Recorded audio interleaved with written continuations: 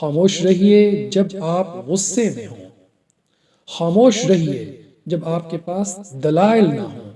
خاموش رہیے جب آپ نے کسی بات کی تحقیق نہ کی ہو،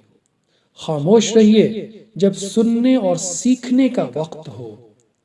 خاموش رہیے جب کوئی گناہ کی بات کو لے کر مذاق کرنے لگے، خاموش رہیے جب آپ کی باتوں کا غلط مفہوم لیا جائے، خاموش رہیے جب دوسرے اپنے معاملات طے کر رہے ہوں، خاموش رہیے جب آپ کا بولنا کسی کی دوستی توڑنے کا سبب بننے لگے،